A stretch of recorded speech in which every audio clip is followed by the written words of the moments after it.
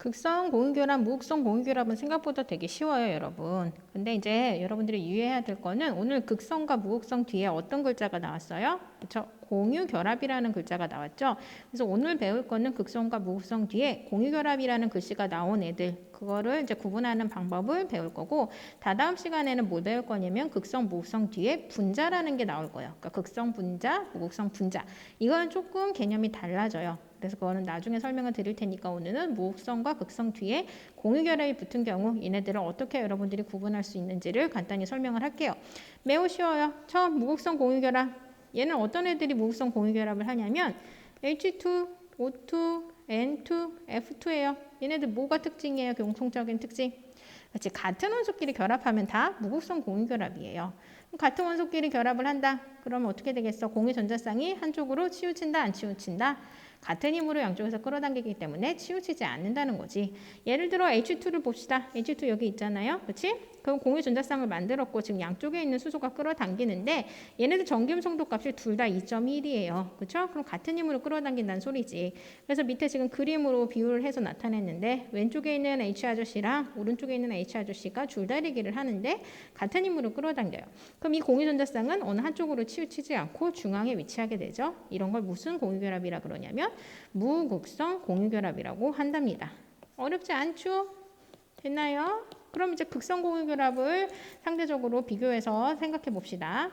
그럼 이제 극성 공유결합을 볼 텐데 무극성 공유결합과 비교해서 생각할 때 간단하게 우리가 유추해낼 수 있지. 무극성 공유결합은 뭐였어요? 같은 원소끼리 공유결합을 할 때가 무극성 공유결합이었다면 극성 공유결합은 뭐겠어요? 그쵸? 다른 원소끼리 화학결합을 해서 공유결합을 할 때는 극성 공유결합이에요. 뭐 어렵지 않잖아요. 그치? 예를 들어 뭐 HCl은 수소랑 염소가 한 거고 HF 얘도 수소랑 플루오린 다른 원소가 결합을 한 거죠. 그리고 알고 있는 우리가 CO2 얘도 극성 공유결합이지. 왜냐하면 탄소를 중심에 두고 탄소랑 산소끼리 결합한 거잖아요. 탄소랑 산소는 다른 원소죠. 그러니까 전자 끌어당기는 힘이 다르단 말이에요. 또 H2O도 마찬가지죠. 산소랑 수소가 화학결합을 한 거지. 얘네들이 서로 전자쌍 끌어당기는 힘이 다르단 말이에요. 그래서 극성 공유결합은 정의를 어떻게 생각하시면 돼? 다른 원소끼리 공유결합을 했을 때를 이제 여러분들이 생각해서 극성과 무극성 공유결합을 구분해 주시면 돼요. 같은 원소냐 다른 원소냐로. 어렵지 않죠. 그래서 저기 HCl 비교를 해보시면 H는 전기음 성도값이 2.1이고 CL은 3.0이에요. 앞에서도 설명했지만 누가 전기음 성도값이 크냐면 CL이 커요. 그럼 전자 끌어당기는 힘이 CL이 크겠죠. 그렇죠? 그럼 밑에 그림 보이시죠? H 아저씨랑 지금 CL 아저씨가 줄다리기를 하는데 누가 더 힘이 세 보여? H 아저씨는 좀 쩔쩔매는 느낌이고 CL은 막 이빨을 드러내면서 당당하잖아. 그치? 더 힘이 세단 말이지. 그래서 전자쌍이 어디에 치우쳐 있어요? 그치? CL 쪽에 치우쳐 있다는 소리죠. 그래서 여기 지금 보시면 H랑 CL이 결합할 때 전자쌍이 CL 쪽으로 치우쳐 있어요. 그러면 CL은 전체적으로 약간 뭘 띠게 되냐면 약간 마이너스를 띠게 돼요. 그러니까 이 약간 마이너스를 지금 델타 마이너스라고 하는데 이 델타 마이너스 값은 우리가 했던 이온이랑은 또 다른 거야. 이온은 어떻게 됐어? 전자를 뺐고 뺏겼죠. 그렇지? 그래서 얘는 나트륨 플러스일까? 그렇지? 염소는 마이너스 1가 음이온으로 바뀌죠. 얘는 전자가 완전히 이동을 한 거고 이거에 비해서 공유결합 같은 경우는 전자를 뺏고 뺏기는 관계가 아니죠. 그래서 공유 전자쌍이 약간 치우치는 거예요. 치우치는데 어쨌건 그쪽으로 몰려 있으니까 그쪽으로 약간 마이너스를 띈다. 그래서 이 델타 마이너스 값은 이온 결합에서 플러스 1, 마이너스 1 정도의 크기가 아니고 그것보다 훨씬 작은 값이에요. 그럼 반대로 수소는 자기가 갖고 있던 전자도 공유 전자쌍을 이루면서 염소 쪽으로 치우쳤으니까 이쪽은 약간 플러스를 테니까 델타 플러스가 되는 거지. 여기 HF도 마찬가지예요. H는 뭐예요? 2.1이고 플루오린은 가장 크지. 전기음 속도값이 4.0이지. 그렇죠? 그럼 전자가 역시 플루오린 쪽으로 치우치면서 플루오린은 약간 마이너스, H는 약간 플러스를 띠게 되는 거죠. 어렵지 않죠? 그래서 앞에 봤던 극성 공유결합과 무극성 공유결합을 비유적으로 나타내 봅시다. 여기 지금 불독 같은 개가 두 마리 있죠. 그렇죠? 왼쪽 개와 오른쪽 개가 지금 똑같은 상황, 똑같은 개잖아. 초록색 개. 이런 경우는 뭐예요? 이 뼈다귀를 지금 같은 힘으로 끌어당기고 있지. 그래서 한쪽으로 치우치지 않죠? 이런 걸 무슨 공유결합? 그치? 무극성 공유결합. 근데 오른쪽 같은 경우는 뭐예요? 하나는 불독인 것 같고 초록색. 하나는 이거 무슨 종인지 모르겠으나 어쨌거나 회색 개인데 좀 더 등치가 크네요. 그치? 보니까 힘이 더 세 보여. 그랬더니 어떻게 됐어요? 뼈다귀가 이쪽으로 더 많이 치우치지. 그치? 그래서 H가 이 초록색 불독이고 F가 이 회색 강아지라고 개라고 생각한다면 전자쌍이 어디로 치우친다? 그치? F쪽으로 치우치니까 F가 약간 마이너스, 약간 플러스를 띈다. 이게 무슨 공유결합? 즉 극성 공유결합. 이렇게 정리해 주시면 됩니다. 그러면 프린트를 채워봅시다. 먼저 무극성 공유결합, 어떤 종류의 원자가 공유결합한다? 그치? 같은 종류의 원자가 공유결합을 하는 경우로 공유전자쌍이 어느 한쪽 원자로 치우치지 않는다. 그러니까 H2, N2O2처럼 같은 원소끼리 결합을 하면 얘는 무극성 공유결합이에요. 그럼 극성 공유결합은 어떤 종류의 원자? 그치? 다른 종류의 원자가 공유결합을 하는 경우로 결합하는 두 원자 사이에 무슨 차이가 있어요? 그렇죠? 전기, 음성도 차이가 있는 거죠. 그렇지? 그래서 더 센 쪽으로 어느 한쪽으로 원자로 공유 전자쌍이 어떻게 돼요? 치우치게 되죠. 치우치게 되면서 분자 내에서 부분적인 전하를 갖는 거지. 예를 들어 HCl은 CL이 정견성도 값이 크기 때문에 그쪽으로 전자가 치우쳐서 델타 마이너스를 띠고 H는 델타 플러스를 띠게 된다는 거죠. 그래서 우리가 아까도 얘기를 했지만 무극성, 극성 뒤에 공유결합이 오는 경우는 얘네들은 어떻게 여러분들이 구분하면 된다. 즉 같은 원소끼리 결합하고 있냐, 다른 원소끼리 결합하고 있느냐로 간단하게 구분해 주시면 됩니다. 그럼 앞에서 배운 걸 바탕으로 우리가 교과서 문제를 풀어봅시다. 교과서 문제에서 보면 지금 세 가지 물질들이 있고 각 원자 사이의 결합을 무극성 또는 극성 공유결합으로 구분해 보래요. 그럼 1번부터 해봅시다. 1번 N2죠. 그치? 같은 원소끼리 결합되어 있네. 그러면 전자가 치우치지 않고 정중앙에 위치하겠죠. 공유전자쌍이. 무슨 결합? 그치? 무극성 공유결합. 2번 같은 경우는 어떻게 되겠어요? 지금 누구랑 누구 사이예요? 그치? 붕소랑 플로린 사이에 공유 전자쌍이 존재하는 거잖아. 그럼 누가 전자 끌어당긴 힘이 크겠어요? 당연히 플로린이죠. 왜? 정점수도 값이 제일 크기 때문에. 그럼 이제 플로린 쪽으로 치우칠 거란 말이에요. 그 무슨 공유결합? 그치? 극성 공유결합.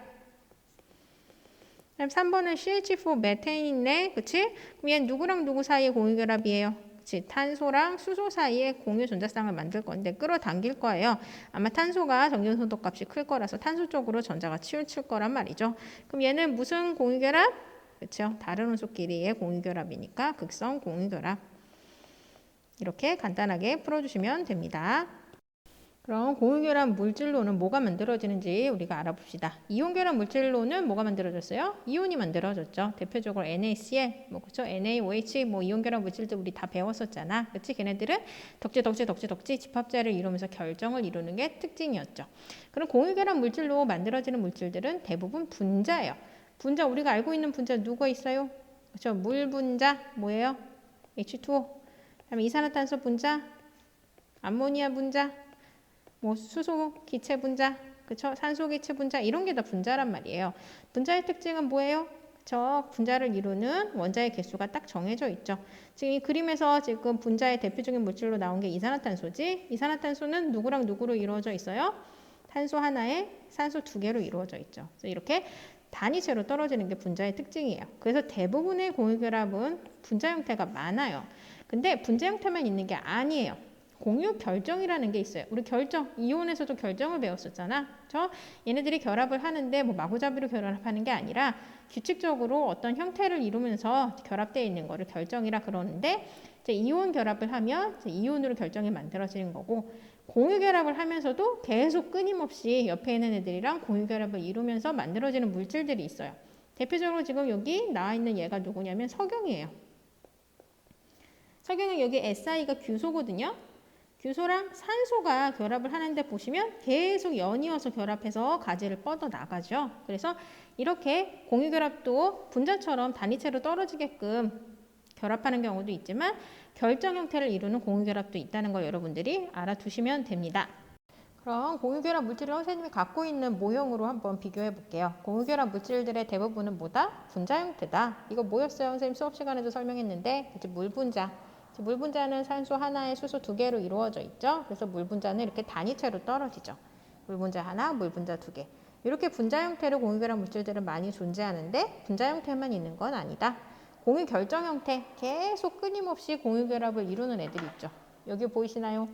이걸로 끝나는 게 아니에요. 양옆으로 계속 이어져요. 그렇죠? 얘를 이제 나중에 그래핀이라는 걸 배울 텐데 계속 연속적으로 공유결합을 옆에 있는 애랑 이루고 있어요. 그쵸? 쭉 이렇게 이루고 있는 이런 것들을 이제 공유결정이라고 부른답니다. 비교가 되시나요? 그럼 지금부터 공유 결정의 예 중에 있는 탄소 동소체를 보도록 할게요. 이제 탄소 동소체라는 건 탄소가 앞에 들어가 있으니까 탄소랑 연관된 물질들이겠죠. 탄소 같은 경우는 우리가 루이스 전자점식에서도 여러 번 했었지만 원자과 전자가 몇 개였냐면 4개죠. 그래서 지금 여기 그림으로 나타나 있는데 지금 팔이 몇 개예요? 4개나 돼요. 그래서 얘는 결합을 몇 개까지 할 수 있어요? 공유결합을 4개까지 할 수 있는 거였어요. 우리가 루이스 전자점식 하면서 결합 4개 이상으로 하는 물질 배운 적 없잖아요. 그렇죠? 그러니까 탄소는 다른 물질들에 비해서 화학결합을 많이 할 수 있는 거죠. 그래서 이 탄소로 이루어진 물질들이 되게 많아요. 화학결합을 여러 개 할 수 있기 때문에 다양한 물질들과 화학결합을 할 수 있어서. 그래서 우리가 탄화수소도 엄청 많이 배웠고, 그다음에 탄소 화합물 이런 것도 우리가 1단원에서 엄청 많이 배웠죠. 그래서 오늘은 이제 탄소 동소체에 대해서 배울 거예요. 동소체라는 거는 정의가 뭐냐면 하나의 원소로만 이루어져 있는 건데, 다시 말하면 탄소 동소체는 탄소로만 이루어져 있는 거예요. 근데 이 탄소가 다른 옆에 있는 탄소랑 어떻게 구조를 이루고 있느냐에 따라서 성질이 완전히 달라지는 아이들의 관계를 동소체라 그래요. 다시 말하면 우리가 대표적으로 중학교 때부터 들어봤던 적이 있을 거예요.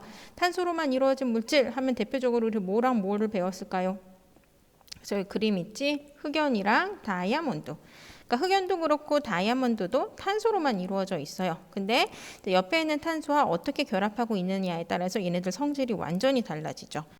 다이아몬드 같은 경우는 되게 투명하죠. 그래서 빛이 다 통과할 수 있고 엄청 단단한 반면에 흑연 같은 경우는 검은색이죠. 그리고 흑연은 뒤에서 배우겠지만 전기가 통할 수 있는 물질이에요. 그래서 이렇게 어떤 구조를 이루냐, 같은 원소로만 이루어져 있음에도 불구하고 어떤 구조를 이루냐에 따라서 성질이 이렇게 달라지는 걸 이제 탄소 동소체라 그래요. 탄소 동소체 종류를 지금부터 5가지를 배울 텐데 이미 흑연이랑 다이아몬드는 얘기를 했지만 얘네들 구조를 선생님이 잠깐 살펴볼게요.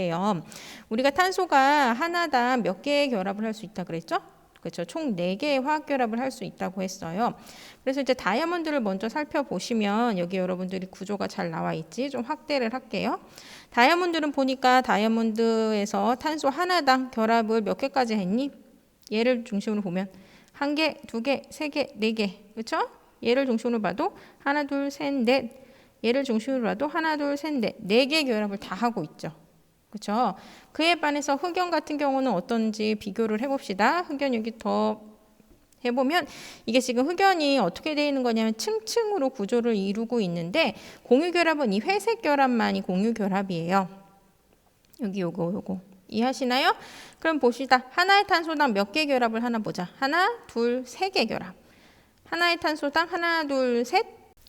이렇게 다이아몬드에 비해서 흑연 같은 경우는 탄소가 결합하는 수가 하나 적은 상태인 거죠. 그러니까 구조 자체가 다른 거죠. 그럼 다이아몬드는 약간 이제 피라미드 형태로 여러분들 생긴 것처럼 보이죠. 그럼 흑연 같은 경우는 선생님이 잠깐 영상으로 얘네들이 어떻게 생겼는지 보여드리도록 해볼게요. 보이시나요? 지금 흑연을 어떻게 돼 있어요? 옆에 그림, 옆에 그림을 보면 이런 게 이렇게 층층층 세 층으로 돼 있죠. 선생님이 지금 이걸 다 할 수가 없으니까 이렇게 돼 있는 거잖아요. 그 중에 한 층만 선생님이 떼볼게요. 한 층을 엎어버리면 이렇게 생긴 거예요. 그래서 원래는 옆에 더 결합이 있어야 되는데 이제 모형이 이 정도까지만 만들어 놓은 거니까 이해를 하시고 보시면 탄소 하나당 결합을 몇 개를 한다? 1개, 2개, 3개. 3개를 해서 지금 몇 각형을 이뤄요? 육각형들이 계속 연결돼 있는데 이 연결돼 있는 층이 흑연은 한 층만 있는 게 아니고 어떻게 돼 있어요? 한 층, 밑에 2층, 그 밑에 3층 이런 식으로 겹겹이 쌓여 있는 거예요. 그래서 아까도 얘기했지만 이 회색은 탄소랑 탄소 사이의 공유결합인 거고 층과 층 사이의 결합은 공유결합은 아니에요. 그렇죠? 그래서 약한 인력으로 그냥 층과 층이 이렇게 붙어 있는 건데 문제는 여러분들이 이제 글씨를 쓸 때 그렇죠? 연필 같은 걸로 글씨를 쓸 때 어떻게 해요? 종이에 글씨가 묻어나잖아. 그거는 이 층과 층 사이의 결합은 공유결합이 아닌 어떤 다른 화학 결합으로 약간의 힘으로 붙들려 있는 거기 때문에 여러분들이 글씨 쓸 때마다 이 층 하나씩 어떻게 해요? 종이에 묻어나면서 끊겨 나가는 거예요. 이해되세요? 그래서 만약에 한 글자를 쓰면 이제 세 가지 층 중에 맨 밑에 있는 게 끊겨 나가면서 종이에 묻어나는 거고 또 쓰면 그 다음 층이 끊겨 나가면서 묻어나는 거예요. 이해되셨죠? 그래서 여러분들이 구조가 어떻게 다른지 보시되 아까 얘기했듯이 다이아몬드 같은 경우는 탄소 하나당 4개의 결합을 하지만 그쵸? 흑연 같은 경우는 3개의 결합을 하고 육각형 구조를 이루고 있다.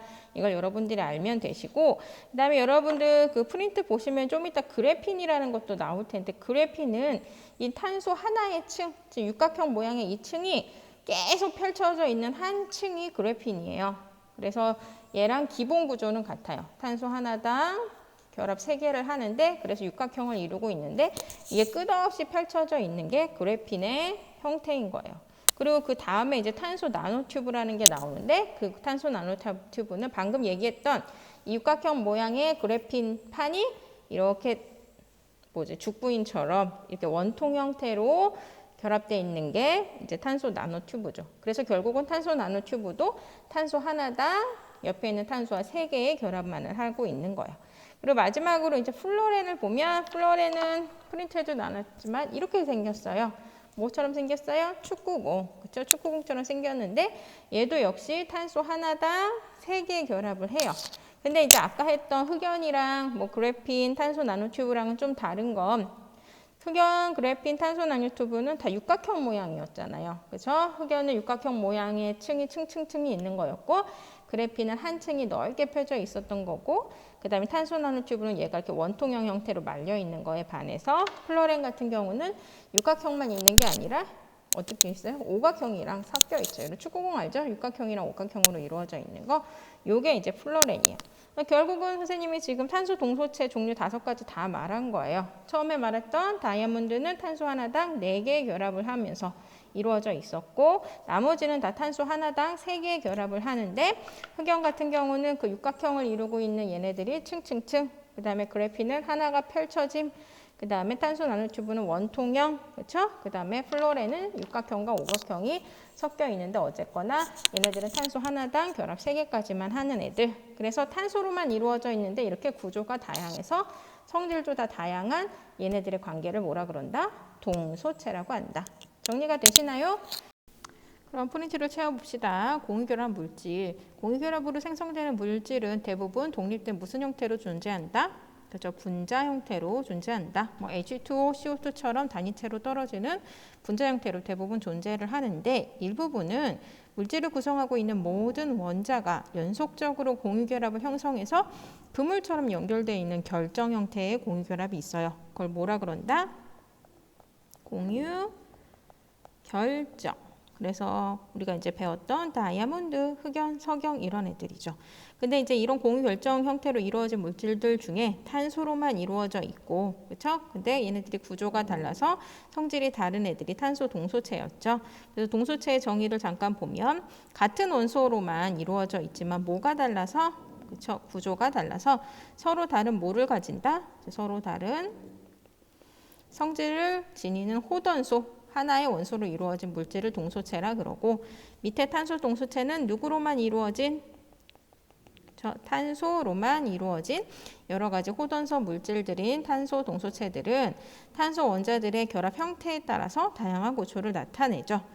그래서 탄소 원자의 결합수는 탄소는 원자과 전자가 4개이기 때문에 서로 다른 원자와 몇 개의 공유결합까지 이룰 수 있다. 그렇죠? 4개의 공유결합까지 이룰 수 있고 그래서 다양한 화합물들이 탄소 안에서 나올 수 있는데 그중에 탄소로만 이루어져 있고 구조가 다양한 애들을 동소체라고 한다. 탄소 동소체. 되시나요?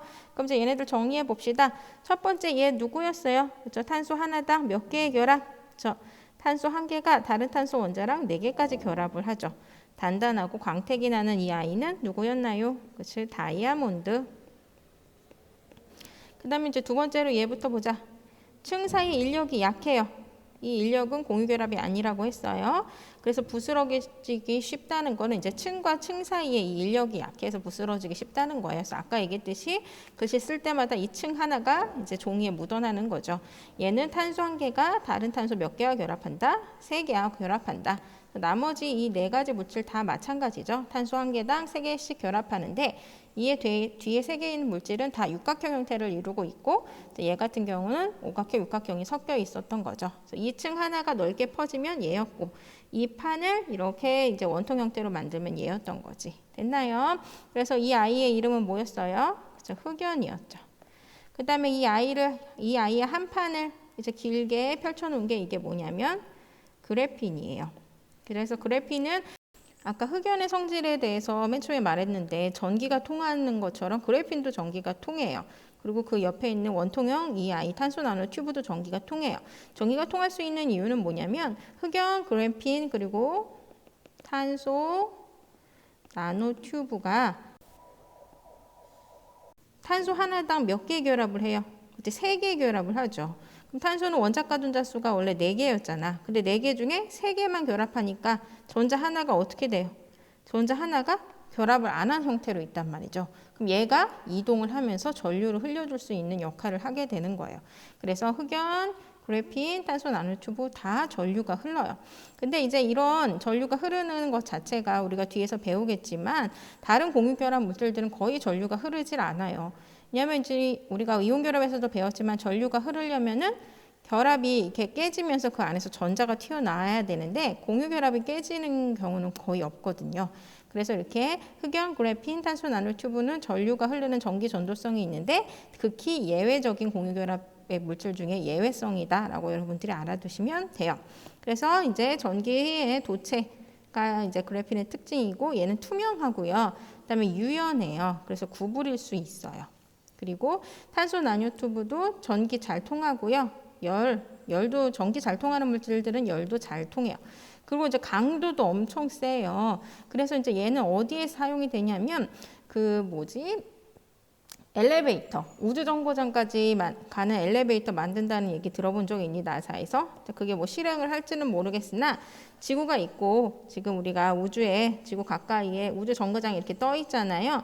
그럼 이제 우주정거장에 사람들이 거기서 이제 우주인들이 거기서 여러 가지 실험을 하는데 이제 이 우주인들이 살아가기 위해서 거기다 되게 많은 물자를 주기적으로 보내야 되잖아요. 그럴 때마다 지금 우주선을 띄워야 되는 거고 그게 엄청난 돈이 들어간대요.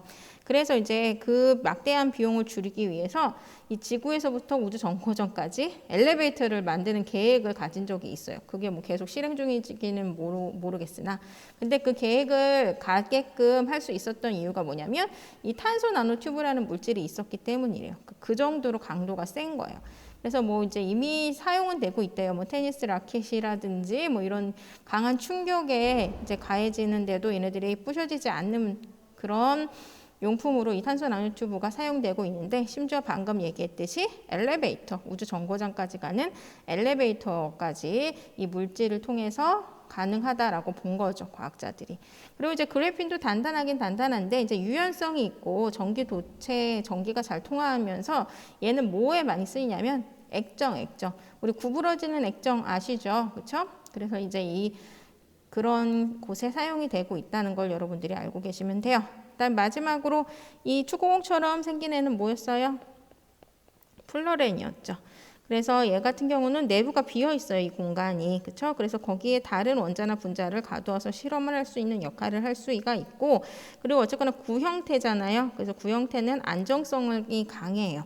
그래서 이제 안정성이 강하다는 소리는 내열, 내압, 열과 압력에 되게 강하다라는 걸로 여러분들이 받아들여 주시면 돼요. 그럼 이제 그래핀에 대한 영상을 한번 보면서 우리가 더 이해를 해보도록 하겠습니다.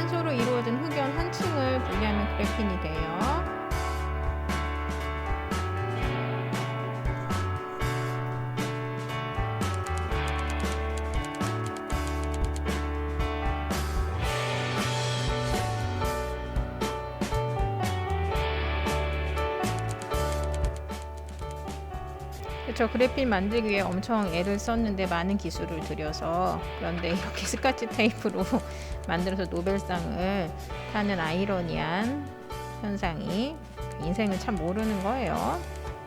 어쨌거나 육각형 벌집 구조로 이루어져 있는 게 그래핀이죠.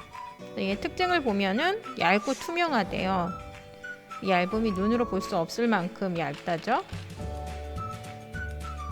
300만 장을 겹쳐도 1mm 밖에는 두께가 안 되고, 강도가 강철의 200배, 전자 이동, 전기 전도성은 실리콘의 100배, 열도 잘 전달하죠. 아까 얘기했듯이 전류가 잘 통하면 열도 잘 통한다. 그래서 액정에 얘가 투명하고 잘 구부러질 수 있기 때문에, 그리고 전류가 통하기 때문에 액정에 많이 사용된다. 제 손목시계 이제 나왔고, 그다음에 종이처럼 얇은 TV에도 이미 시판되고 있죠.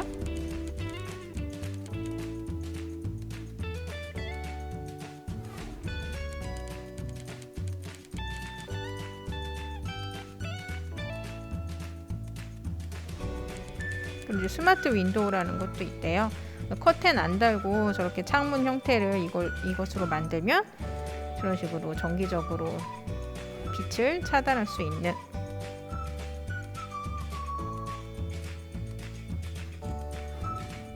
그래서 아까 얘기했듯이 얘는 또 탄소 나노튜브처럼 또 단단해서 충격에 강해서 이런 테니스 자켓으로도 사용이 되고, 그다음에 이제 야간 투시 콘택트 렌즈 이런 걸 이제 개발을 해서 여러 가지 면에서 사용할 수 있겠죠. 분자 결정 그리고 공유 결정에 대해서 우리가 알아보도록 하겠습니다. 분자는 분자인데 분자 결정은 또 뭐냐 이렇게 물어볼 수 있는데, 분자 결정은 분자로 만들어진 결정이란 소리예요. 이게 무슨 소리냐면, 분자 같은 경우는 단위체로 떨어졌잖아요. CO2, H2O. 근데 얘네들이 고체 상태가 되면 어떻게 되겠어요? 그렇죠. 결정을 이루죠. 그러니까 분자랑 분자 사이에 인력이 약하게 있는데 그 인력 때문에 얘네들이 어떤 결합 형태를 이루면서 이제 연이어 가지고 얘네들이 다닥다닥 붙어 있는 게 이제 분자 결정이라고 우리가 설명을 할 수 있어요. 대표적으로 우리가 제일 많이 접하는 일상에서 분자 결정은 뭐냐면 얼음이에요. 그러니까 다시 말하면 물의 고체 상태, 그러니까 물 분자들이 서로 다닥다닥 어떤 인력에 의해서 가까이 붙어 있는 상태, 요거를 이제 분자 결정이라고 생각하시면 돼요. 그래서 여러분들이 분자 결정의 성질 생각할 때 얼음 이렇게 생각하시면 돼요. 그러니까 분자의 고체 상태. 또 하나 이제 분자 결정이 우리가 실생활에서 볼 수 있는 건 위에 그림이죠. 드라이 아이스. 드라이 아이스 이제 우리가 땡땡 아이스크림 먹을 때 뭐 몇 분 필요하세요? 그럼 이제 넣어주잖아요. 그렇지? 그래서 이제 드라이 아이스는 얘들은 뭐냐면 CO2의 고체 상태예요. 그러니까 다시 말하면 이산화탄소의 고체 상태예요. 그러니까 이산화탄소라는 분자의 고체 상태이기 때문에 드라이 아이스도 분자 결정이라고 생각할 수가 있어요. 이해하시죠? 그리고 이제 공유 결정을 우리가 이미 배웠잖아. 그렇죠? 공유 결합을 연이어서 계속 하는 경우로 다이아몬드 같은 경우도 공유 결정이었고, 흑연도 마찬가지고, 석영도 다 배웠던 거예요. 그럼 이 두 물질의 성질을 한번 비교해 보도록 하겠습니다. 먼저 첫 번째, 전기 전도성부터 볼게요. 전기 전도성, 전류가 흐르려면 뭐가 움직여야 돼요? 우리 이온 결합에서 했었는데, 그렇죠? 전자가 튀어나와서 움직여야 돼요. 그렇죠? 근데 공유 결합 물질들은 공유 결합을 깨서 전자가 튀어나와야 되는데 그런 경우는 흔치 않아요. 그래서 공유 결합 물질들은 대부분 전류가 흐르지 않아요. 어떤 상태든. 뭐 고체 상태든 액체 상태든 기체 상태든 간에 분자 같은 경우도 얘네들은 온도를 높여준다고 분자가 쪼개지는 게 아니잖아요. 그러니까 예를 들어 물 분자가 있어요. 뭐 H2O잖아. 그렇죠? 얘의 고체 상태는 물 분자끼리 가까이 있는 거고, 그렇죠? 액체 상태는 물 분자끼리 멀어지는 거고, 기체 상태는 더 멀어지는 건데, 얘네가 상태가 변한다고, 그렇지? 공유 결합이 깨져가지고 H2O가 H랑 O로 나뉘고 뭐 이런 거 아니죠. 그렇죠? 그래서 상태가 변한다 하더라도 공유 결합이 깨지지 않기 때문에 전자가 튀어나오지 않아요. 이에 반해서 이온 결합은 어땠어요? 그렇죠? 고체 상태에선 전류가 안 흘렀지만 액체 상태가 되면 어떻게 됐어? 그렇죠? Na 플러스 Cl 마이너스 이렇게 얘네들이 깨졌죠, 결합이. 그러니까 양이온과 음이온으로 나뉘게 된 거죠. 그렇지? 그러면서 이제 음이온에서 전자가 튀어나왔죠. 그래서 이온 결합 같은 경우는 고체 상태와 액체 상태 전기 전도성이 다른데, 공유 결합 같은 경우는 고체든 액체든 기체든 공유 결합이 깨지는 건 아니기 때문에 전류가 흐르지 않는 게 통상이에요. 그런데 이제 예외적인 물질들을 우리 이미 배웠지. 흑연이라든지 그래핀, 그렇죠? 그런 애들은 뭐였어요? 이제 탄소가 결합을 4개까지 할 수 있는데 3개만 하다 보니까 전자 하나가 결합을 안 한 상태로 약간 돌아다닐 수 있게 되면서 전류가 흐르는 게 특징이었어요. 정리가 되시나요? 그 다음에 부스러지는 걸 봅시다. 우리가 이온 결합이랑 계속 비교하면서 설명을 할 건데 이온 결합은 외부 충격에 약했어요? 강했어요? 그쵸? 약했죠. 외부에서 충격이 가해지면 어떻게 됐어? 배열이 비틀어지면서 양이온 옆에 양이온, 음이온 옆에 음이온이 오면서 청력이 발생해서 쉽게 부스러지는 게 특징이었어요. 그럼 분자들 또는 공유결합으로 이루어진 공유결정은 어떨까? 외부 충격에. 나눠서 생각을 하셔야 돼요. 분자 결정과 공유 결정을 나눠서 지금부터 생각을 해보도록 합시다. 우리가 분자 결정하면은 대표적으로 여러분 뭐를 생각해두라? 얼음을 생각해라. 우리가 이온 결합의 특징을 생각할 때 대표적으로 뭘 생각하라 그랬지? 그렇지, 소금을 생각하라 그랬죠? 그럼 분자 결정으로는 얼음을 생각해 주시면 돼요. 얼음 외부 충격에 강할까요? 약할까요? 그렇죠, 약한 편이죠. 얼음 우리가 이빨로도 깨먹을 수 있잖아요. 그렇죠? 그러니까 얼음의 고체 상태에서 그 분자랑 분자 사이의 인력은 세지가 않단 말이에요. 그래서 쉽게 끊어질 수가 있는 게 특징이에요. 그럼 이제 공유 결정을 봅시다. 공유 결정의 대표적인 애를 다이아몬드로 보자. 다이아몬드 쉽게 외부 충격에 강한가요? 약한가요? 쉽게 부스러져요? 아니죠. 되게 강하죠. 다이아몬드. 왜 비싸요?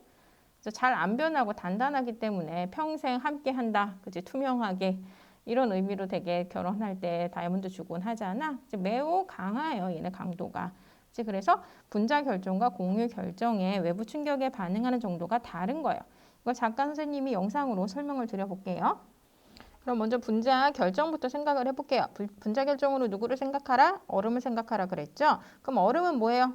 물 분자랑 물 분자가 서로 가까이 붙어서 분자끼리의 힘이 작용해서 어떤 형태를 이루면서 결정 형태로 있는 게 얼음이죠. 그렇죠? 그럼 얘네들을 녹이려면 어떻게 해줘라? 이제 열을 가라. 그럼 열을 가면 어떻게 된다? 물 분자가 이렇게 끊어져요? 아니죠. 물 분자 형태는 그대로 있지. 그럼 분자랑 분자의 사이 힘이 보다 진동이 커지면 이제 얘네들이 이동하면서 액체 상태가 된 거지. 그럼 여기다 열을 더 가면 어떻게 돼요? 기체 상태가 되는 거지. 이게 지금 분자 결정의 예잖아. 그렇죠? 그래서 일단 분자 결정, 분자들, 공유결합으로 형성된 분자들은 전류가 통하지 않는 이유가 뭐냐면 kok체나 액체나 기체나 얘네들이 분자 사이의 거리가 멀어질 뿐이지 공유결합이 깨져서 여기서 전류가 나오는 게 아니잖아요. 그렇죠? 그렇기 때문에 전류가 뭐 상태에 따라서도 어쨌건 튀어나올 일이 없기 때문에 대부분 전류가 흐르지는 않지만 예외적으로 이제 흑연과 그래핀은 좀 다른 경우다라고 설명을 드렸던 거고, 그 다음에 외부 충격에 대해서 생각을 해봅시다. 지금 분자 결정은 이거잖아요. 고체 상태. 그렇죠? 그럼 외부 충격이라는 소리는 밖에서 외부 충격이 가해졌어요. 그럼 얘가 쉽게 부스러지겠죠. 왜냐하면 분자랑 분자의 힘은 약하단 말이죠. 약하기 때문에 외부 충격에서 힘이 가해지면 그냥 뚝 부러져요. 됐나요? 그 다음에 마지막으로 녹는 점, 끓는 점을 생각을 해볼 때 얘들아, 분자들은 상온에서 대부분 무슨 상태니? 수소 무슨 상태예요? 산소? 그치? 수소 기체, 산소 기체, 이산화탄소 기체, 암모니아 기체, 뭐 다 기체 상태잖아. 웬만해서는. 물론 이제 물 같은 경우는 상온에서 액체 상태이긴 하지만 이 소리는 뭐예요? 얘네들은 녹는 점, 끓는 점이 낮다는 소리지. 왜냐면 상온에서 벌써 끓어서 기체 상태가 됐다는 소리잖아요. 이해 가세요? 그럼 얘네들은 녹는 점, 끓는 점이 왜 낮을까? 왜냐면 아까도 얘기했지만 얘네들의 고체 상태는 분자랑 분자 사이에 힘에서 붙들려 있는 거예요. 그럼 얘네들의 액체를 만들려면 에너지를 줘서 얘네들의 진동을 시켜서 분자 사이의 힘보다 진동이 더 많아지게끔 하면 되는데 이게 쉬운 거지. 왜냐면 분자 사이의 힘은 되게 약하기 때문에 에너지만 좀만 줘도 얘네들이 이렇게 이동을 하다가 기체로 된단 말이죠. 그래서 분자들, 그렇지? 분자들이 얘네들의 상온에서의 상태는 대부분 기체 또는 액체 상태인 이유는 분자 간의 힘이 약하기 때문에 금방 액체로 되고 금방 기체로 되기 때문이에요. 됐나요? 그러면 이제 공유 결정과 비교해 봅시다. 공유 결정 같은 경우는 일단 잘 부스러질까요? 다이아몬드가 대표적이라 그랬는데 잘 안 부러지죠. 그렇죠? 걔네가 부러지는 거. 얘는 플로렌이긴 한데 얘가 부서지려면 이 공유 결합이 끊어져야 돼요. 근데 이 공유 결합 끊어지는 게 쉽지가 않아요. 그렇죠? 아까 분자들은 분자와 분자 사이의 힘보다 큰 힘이 가해지면 끊어지는데 공유 결정 같은 경우는 잘 끊어지지 않는 게 특징이어서 외부 충격에 강한 편이고, 녹는 점 끓는 점도 어떨까? 얘네들 녹이려면 어떻게 해야 돼? 이렇게 다 뜯어야 되는데 이게 쉽지 않다는 거지. 그치? 그래서 녹는 전 끓는 전도 되게 많이 높은 편이에요. 이해가 되나요? 그래서 분자 결정과 공유 결정의 차이점을 여러분들이 생각하고 인지를 하셔야 됩니다. 그러면 프린트를 한번 채워보도록 합시다. 공유결합 물질의 성질은 먼저 전기 전도성은 전자쌍이 자유롭게 움직일 수 없기 때문에 고체나 액체 상태에서 전기 전도성이 거의 없다. 그렇지만 누구는 예외다. 뭐 흑연, 나노튜브, 그 다음에 또 누구 있었어요? 그치, 그래핀도 있었죠. 얘네들은 결합을 3개밖에 안 하기 때문에 나머지 전자가 이동할 수 있게 되면서 전류가 흐를 수 있다. 예외로. 됐나요? 그 다음에 결정의 부스러짐은 이제 외부 충격에 강하냐 약하냐를 물어보는 거예요. 선생님이 분자 결정과 공유 결정 나눠서 생각하라 그랬죠? 분자 결정으로 누구 생각하라? 얼음 생각하라. 그럼 얘네들 잘 부스러져요? 안 부스러져요? 잘 부러지죠. 그렇죠? 분자 사이의 인력을 깨면 되는 거기 때문에 그 분자 사이 인력은 약해서 외부에서 가해지면 쉽게 부스러지죠. 이해하시죠? 반면에 공유 결정 누구 있어요? 다이아몬드. 얘네들은 공유 결합을 깨야지만 부서지는 건데 원자들이 강하게 공유 결합으로 결합되어 있기 때문에 단단하죠. 그다음 녹는 점과 끓는 점. 그렇죠? 분자 결정 같은 경우는 상온에서 대부분 무슨 상태다? 그렇죠? 상온에서 대부분 기체, 뭐 수소기체, 산소기체, 이산화탄소기체, 암모니아기체 또는 이제 예외로 물 같은 경우는 액체 상태예요. 그러니까 기체건 액체건 간에 이미 녹았고 이미 끓었다는 소리예요. 상온에서. 다시 말하면 얘네들은 분자 사이 인력이 약하기 때문에 열을 조금만 가해도 분자랑 분자 사이가 멀어질 수 있다는 거죠. 그래서 비교적 녹는 점과 끓는 점이 낮은 편인 거고 공유 결정 같은 경우는 다이아몬드 상온에서 무슨 상태예요? 그쵸, 고체 상태. 또 다이아몬드뿐만이 아니라 뭐 플루렌, 탄소 나노튜브 다 상온에서 고체 상태죠. 석영도. 다시 말하면 얘네들이 녹이려면 공유 결합과 공유 결합을 끊어줘야 되는데 걔네들이 강하게 돼 있기 때문에 녹는 점이 매우 높다가 특징인 거죠. 이해가 되시나요? 그래서 밑에 표를 분석하시면 지금 분자 결정과 공유 결정을 비교해서 생각하시면 분자 결정은 지금 이게 수소 기체고 그다음에 메테인 기체잖아. 그렇죠? 이미 녹는 점과 끓는 점이 다 영하예요. 그래서 수소 같은 경우는 영하 253도에서 벌써 끓어서 기체 상태가 된 거고 메테인은 영하 164도에서 이미 끓었다는 소리죠. 그거에 비해서 공유 결정 같은 경우는 공유 결정 사이에 있는 그런 공유 결합이 깨져야지만 액체 상태가 되는 거기 때문에 다이아몬드 녹는 점이 4440도라고 합니다. 훨씬 높고 그래서 상온에서 고체 상태가 될 수밖에 없는 거죠.